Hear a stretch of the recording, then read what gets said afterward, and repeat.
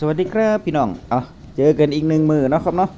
เสาร์วันที่29ตรงกับวันจันทร์ธันวาคม29 30 31อีก2 มื้อก็สิ้นปีละสิ้นสุดปี67 68จะเข้าสู่ปี69อีก2-3 มื้อที่ผ่านมาเนาะครับเนาะใกล้สิฮอดปีใหม่แล้วตอนรับปีใหม่ส่งท้ายปีเก่าตอนรับปีใหม่กันก็บรรยากาศก็สวัสดีกับ FC สุภูสุคนเด้อปีใหม่แล้วก็ขอให้ FC พยาการสุภูสุคนสุขภาพแข็งแรงพลังใหม่สมบูรณ์เนาะครับเนาะโชคดีตลอดปี69มาต่อกันโดยบัตรคนจนพี่น้องบัตรคนจนมีสิทธิ์ไปต่อได้หรือบ่ได้ในเมื่อการสิ้นสุดรัฐบาลปี69แล้วปี69ที่สิมานี่บัตรคนจนยังใส่ได้บ่ผู้ที่มีบัตรคนจนถือหรือว่าบัตรสวัสดิการแห่งรัฐ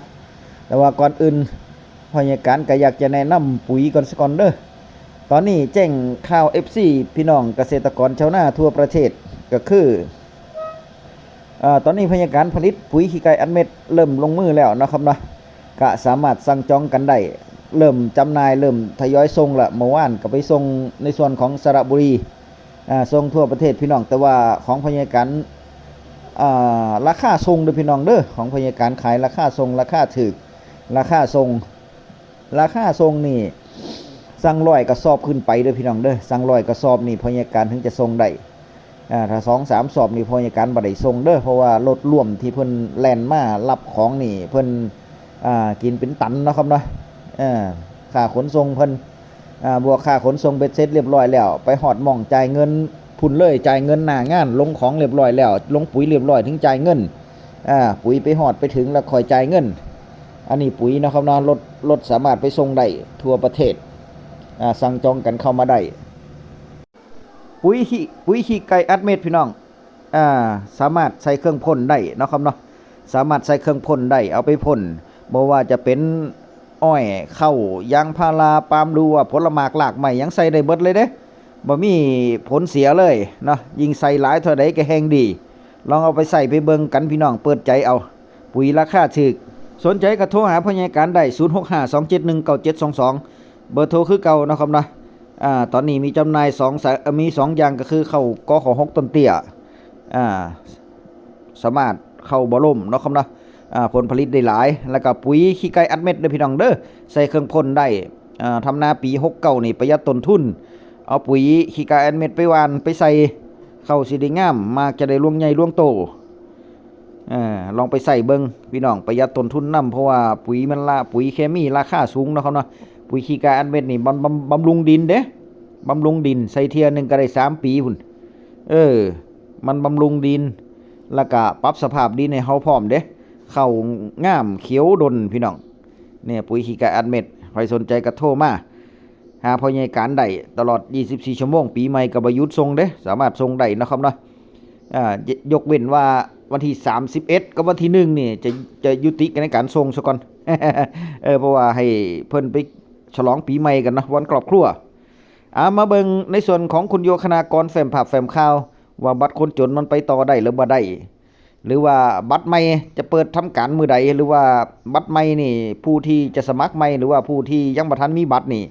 ไปลงรอบใหม่ได้บ่ไปรับชมแฟ้มภาพแฟ้มข่าวจากคุณโยคณากรนักข่าวซะก่อนเนาะพี่น้องเนาะใครที่ได้สิทธิ์ในโครงการบัตรสวัสดิการแห่งรัฐไม่ต้องกังวลนะครับท่านยังสามารถที่จะใช้สิทธิ์ได้อย่างต่อเนื่องนะครับจนกว่าจะเปิดให้ลงทะเบียนใหม่นะครับการลงทะเบียนใหม่ก็ยังไม่รู้เมื่อไหร่นะครับก็ต้องรอรัฐบาลชุดถัดไปแม้ช่วงนี้จะเป็นอยู่ในช่วงของการคาบเกี่ยวเลือกตั้งนะครับแต่สิทธิ์นี้ยังคงอยู่เหมือนเดิมนะครับท่านก็จะได้รับในวันที่1มกราคม2569จำนวน300 บาทนะครับเข้าบัตรประจำตัวประชาชนก็นำบัตรประจำตัวประชาชนนะครับไปรูดซื้อสินค้าได้ตามปกติเลยนะครับแล้วก็ในเดือนมกราคมเนี่ยก็จะได้รับเพิ่มอีกเป็นส่วนลดค่าก๊าซหุงต้มต่อ3เดือนเนี่ยนะครับก็ได้รับ80 บาทนะก็ไปเป็นส่วนลดค่าแก๊สได้นะครับ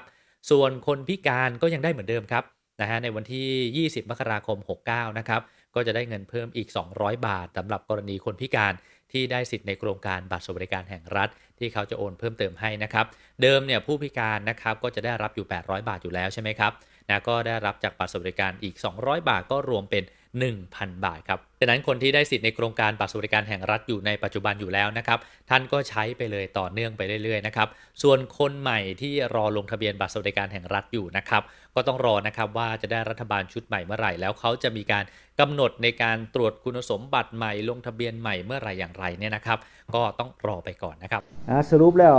ผู้ที่ถือบัตรสวัสดิการแห่งรัฐคนเก่าเด้อก็ยังสามารถไปต่อได้อยู่ภาครัฐบาลก็ยังโอนเงินให้อยู่เด้อครับเด้อเดือนละ300 บาทเข้าในบัตรสวัสดิการแห่งรัฐสามารถไปรูดของเอาได้นอกจากบัตรคนจนสามารถไปรูดของเอาได้เอาสินค้าได้เด้อสินค้าอุปโภคบริโภคเนาะครับเนาะที่เขารวมรายการก็ยังสามารถที่จะคนเก่าสามารถใส่สิทธิ์ต่อไปได้เลยแต่สำหรับคนใหม่นี่ต้องรอรัฐบาลใหม่ที่จะเปิดที่จะมีการเลือกตั้งวันที่8กุมภาพันธ์นี่วันที่8กุมภาพันธ์นี่ที่จะมีการเลือกตั้งนะครับเนาะเพราะฉะนั้นแล้วก็ให้รอซะก่อนเด้อคนใหม่คนจนแท้สำหรับที่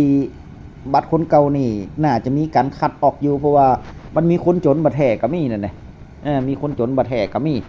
บางเทียบางคนก็เป็นข้าราชการเกษียณอายุก็มีนั่นแหละโอ้ยมันหลายอย่างหลายแนวเด้บ้านหลังหนึ่งนี่มีบดทุกคนน่ะ4 คนก็มีบัตร4 คนพุ่นเด้บ่ว่าแต่ไหนดอกชุมชนบ้านพญาการก็มี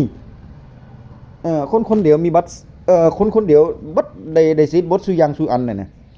โอ้แปลกคือกันเนาะครับเนาะแต่ว่าคนจนแท้ๆที่ไปบ่ได้บ่มีโทรศัพท์ก็มีผู้เฒ่าผู้แก่ที่ไป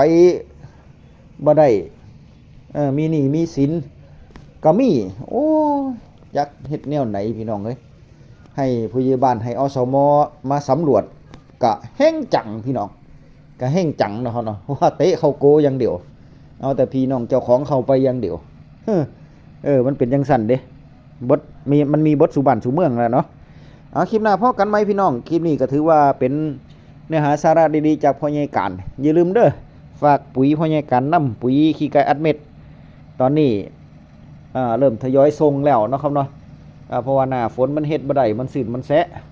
เฮ็ดได้แต่หน้าหนาวหน้าร้อนนี่แหละพี่น้องออกแรงมาเนาะครับเนาะพอเฮ็ดได้ก็สามารถนำส่งได้ตัวแทนจำหน่ายทั่วประเทศเอา